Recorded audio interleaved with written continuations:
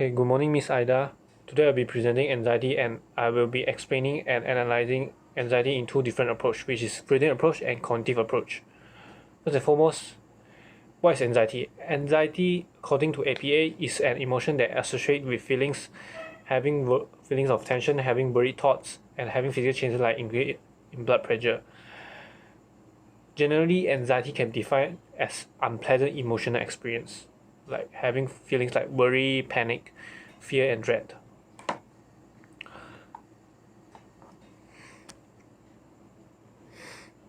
So, I'll be explaining anxiety in Freudian approach. Freudian described anxiety as inner state that people tend to avoid and escape.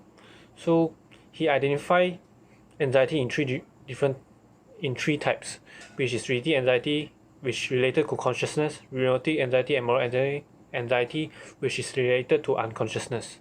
So, initially, there is reality anxiety. It is a response to a real-world threat which you are aware of the source of emotional reaction, which you have conscious thoughts with it. However, neurotic anxiety and moral anxiety, which is related to unconscious thoughts. So, what is neurotic anxiety?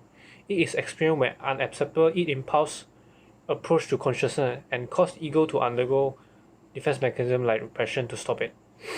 So this type of anxiety is urged by fear of punishment of experiencing its impulse in an inappropriate behavior. Furthermore, there is moral anxiety. It is experienced when superego responds to its impulse that violate the strict moral code of superego.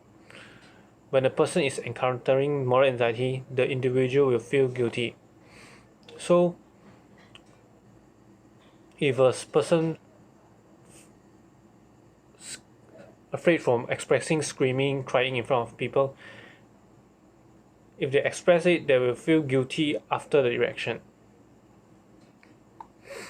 Furthermore, Freud also associate all these perceived trait, stressful or dangerous situation, with trait of castration. He explained that this situation arises the aspect of being helpless and the mercy of others. For example, traits of losing a loved one. This castration trait is the unconscious material that repressed from childhood by ego, and it can be triggered anytime.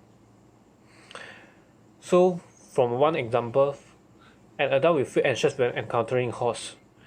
Based on Freudian explanation, he is experiencing castration anxiety, which he is actually afraid of his father, and he applied displacement to channel impulse to non-threatening object. Thus, subsequently I will explain anxiety in cognitive approach. Cognitivists define anxiety a more direct way. They define anxiety as individual has tendency to interpret and predict events in an exaggerated manner. A person who suffers anxiety will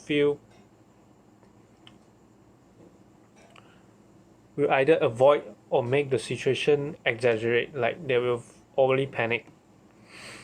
For example, they will be overly panic over crowds, heights, or social interactions.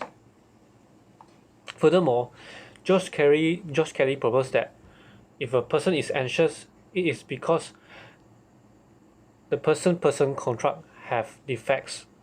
So they will have bias or even distort thinking towards the event and lead them to avoid it.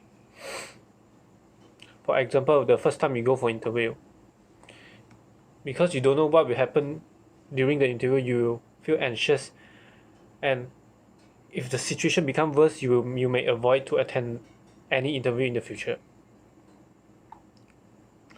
Furthermore, cognitivists also explain anxiety in loss of control. When a people has loss of control for a perceived threat or an event, they will feel anxious because they will develop feeling of helplessness. Thus, this unpredictability and unknown will cause a person to develop anxiety. Furthermore, cognitivists also relate anxiety with self-certain. So a person which are not self-certain, they cannot know their own merits and their flaws, or they cannot know their strengths and flaws. So this results them to have blank in certain part of field. This will lead them to insecure and feel anxious about it.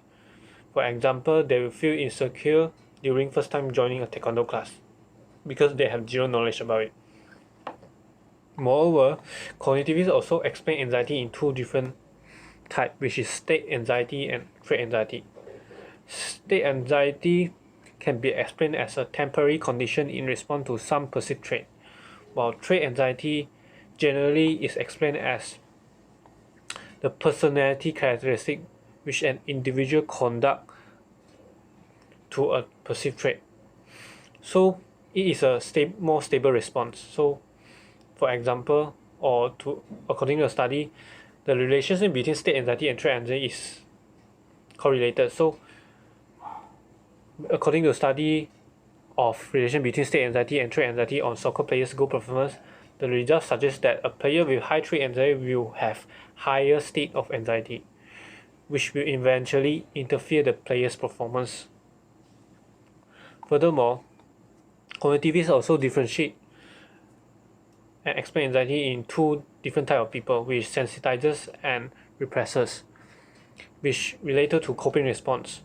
A sensitizer will incline to exaggerate a potential trait, while repressor will tend to avoid possible trait.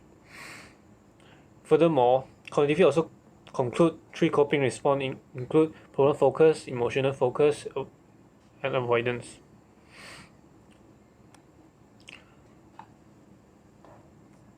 Later on, I'll explain about difference and similarity. First and foremost, the difference between Freudian approach and cognitive approach on explaining anxiety is that in terms of describing cause of anxiety, Freudian associate structural model, childhood trauma, and interpersonal experience with, while cognitivists describe and explain the cause of anxiety with inadequate personal construct. So we can find out that cognitivists explain in a more conscious way or a more present way, while Freudian approach explain it more philosophical and vague. Furthermore, what is the similarity between these two approaches? These two approaches is similar in terms of coping response. The described coping response is rarely similar.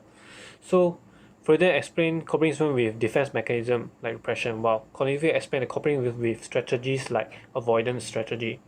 For example, a man who is afraid to lose his job will distract himself from worries by drinking excessively. Thus, we can find out that both approaches explain that there is a type of people tend to use strategy like denial, defense mechanism, and avoidance strategy to prevent themselves from expressing the emotion out of awareness. That's all for me. Thank you. Thank you, Milaya.